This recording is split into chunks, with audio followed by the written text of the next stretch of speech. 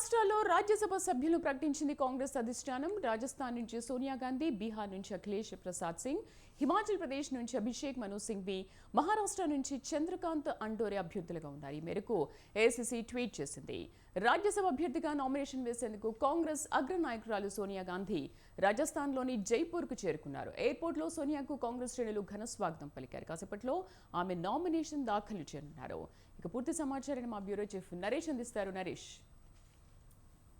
4 రాజ్యసభ స్థానాలకు కాంగ్రెస్ అభ్యర్థులను ప్రకటించింది. అయితే కాంగ్రెస్ పార్టీ అగ్రనేత సోనియా గాంధీ తెలంగాణ నుంచి పోటీ చేయాలి అని తెలంగాణ కాంగ్రెస్ నేతలు ఒక తీర్మానం చేశారు. ఏఐసీసీ పెద్దలకు కూడా పంపించారు.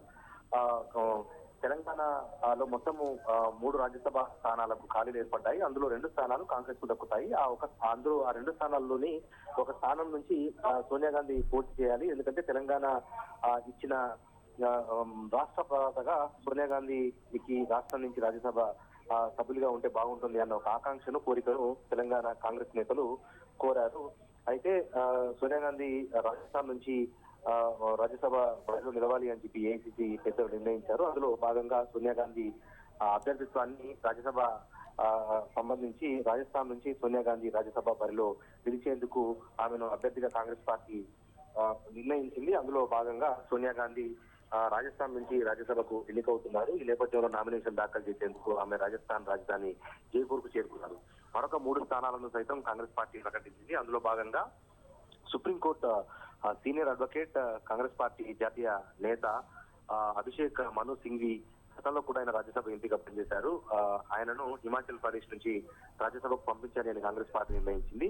ఈ నేపథ్యంలో అభిషేక్ మను సింఘ్వి పేరును హిమాచల్ ప్రదేశ్ నుంచి రాజ్యసభ కోసం కాంగ్రెస్ పార్టీ ఖరారు చేసింది. ఇక బీహార్ మాజీ మంత్రి అఖిలేష్ ప్రసాద్ సింగ్ ను బీహార్ నుంచి, మహారాష్ట్ర నుంచి చంద్రకాంత్ అండోరే, ఈ 2 నాయకులను కూడా కాంగ్రెస్ పార్టీ పేర్లు ఖరారు చేసింది. ఇక తెలంగాణ విషయానికి వస్తే తెలంగాణకు సంబంధించి 2 స్థానాలకు సంబంధించి ఇక అభ్యర్థులను కాంగ్రెస్ పార్టీ ఖరారు చేయలేదు. అయితే అజయ్ మాకన్, ఢిల్లీ పిసిసి మాజీ అధ్యక్షులు, కాంగ్రెస్ పార్టీ ప్రస్తుతం కోశాధికారిగా వ్యవహరిస్తున్న అజయ్ మాకన్ ను తెలంగాణ నుంచి రాజ్యసభ బరిలో నిలిపాలి అని కాంగ్రెస్ పార్టీ భావిస్తుంది. ఆయన పేరును మరికొద్దిసేపట్లో ప్రకటించే అవకాశాలు ఉన్నాయి. మిగిలిన తెలంగాణ నుంచి మరొక స్థానంలో అభ్యర్థులు నిలపాల్సి ఉంటుంది కాబట్టి ఆ స్థానానికి సంబంధించి చాలా మంది సీనియర్ నేతలు పోటీ పడుతున్నారు.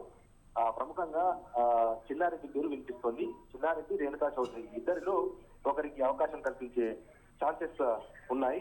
చివరి నిమిషంలో మార్పులు చేర్పులు జరిగితే కనుక సీనియర్ నేత జానారెడ్డి, మాజీ ఎంపీ విహెచ్ పేర్లను సైతం అధిష్టాన పెద్దలు పరిశీలిస్తారు. మొత్తంగా చూస్తే ఈ రోజు కాంగ్రెస్ పార్టీ 4 రాజ్యసభ స్థానాలకు అభ్యర్థులు, అందులో సోనియా గాంధీ పేరు కూడా ఉంది. శ్రీదేవి, తెలంగాణ నుంచి పోటీ చేస్తారని చాలా సార్లు అన్నారు. బట్ ఇప్పుడు రాజస్థాన్ నుంచి కూడా అంటున్నారు. అంటే ఇక్కడ తెలంగాణలో చూసుకుంటే పోటీ ఏ విధంగా ఉండబోతోంది?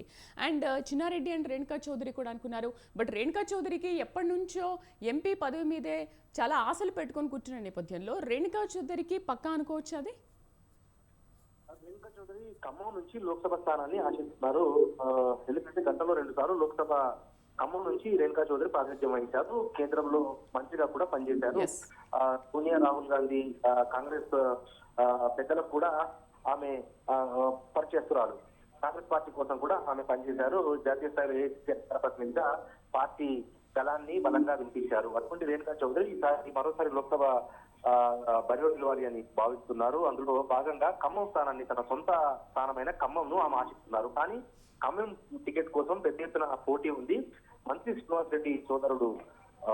పొంగులేటి శ్రీనివాస్ రెడ్డి సోదరుడు ప్రసాద్ రెడ్డి, ఉప ముఖ్యమంత్రి మల్లుపర్తి విక్రమార్క సతీమణి నందిని కూడా ఈ లోక్సభ స్థానాన్ని ఆశిస్తున్నారు. ఇటువంటి పరిస్థితుల్లో రేణుకా చౌదరిని లోక్సభ కాకుండా రాజ్యసభకు పంపించడం ద్వారా ఆ లోక్సభ స్థానాన్ని మరొక అభ్యర్థికి కేటాయించే అంశాన్ని ఏఐసీసీ పెద్దలు పరిశీలిస్తున్నారు.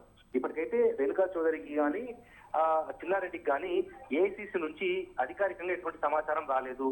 రేపటితో నామినేషన్ల ప్రక్రియ ముగుస్తుంది కాబట్టి మీరు నామినేషన్ పత్రాలతో సిద్ధంగా ఉండాలి అన్న సమాచారం కానీ సంకేతం కానీ అటు రేణుకా చౌదరికి లేదు, ఇటు చిన్నారెడ్డికి లేదు. కానీ 2 నేతలు ఖచ్చితంగా మాకు, ఎందుకంటే చిన్నారెడ్డి విషయానికి వస్తే గత ఎన్నికల్లో ఆయనకు మొదట వనపర్తి టికెట్ ప్రకటించారు. కానీ తీరా బీఫామ్ సమయం వచ్చేసరికి బీఫామ్ ను వేరే వారికి కేటాయించారు. చిన్నారెడ్డి తన టికెట్ ను త్యాగం చేశారు కాబట్టి ఆయనకు గతంలోని రాజ్యసభ ప్రామిస్ చేశారు. ఈ నేపథ్యంలో తనకే రాజ్యసభ అవకాశం కల్పిస్తారు అన్న నమ్మకంతో చిన్నారెడ్డి ఉన్నారు. మరొక వైపు ఒకవేళ లోక్సభ పోటీ ఇవ్వని పక్షంలో నాకు రాజ్యసభ రాజ్యసభ సీట్ అన్న ఇవ్వాలి అని చెప్పి రేణుకా చౌదరి పక్కబడుతుంది. ఈ నేపథ్యంలో మరి ఎవరికి టికెట్ ఇస్తారన్నది మాత్రం ఇప్పటికైతే క్లారిటీ లేదు. అటు చిన్నారెడ్డి ఇటు రేణుకా చౌదరి ఇద్దరు కూడా నామినేషన్లు వేసేందుకు ఏర్పాట్లు చేసుకుంటున్నారు. Sridevi. Right Naresh, thank you.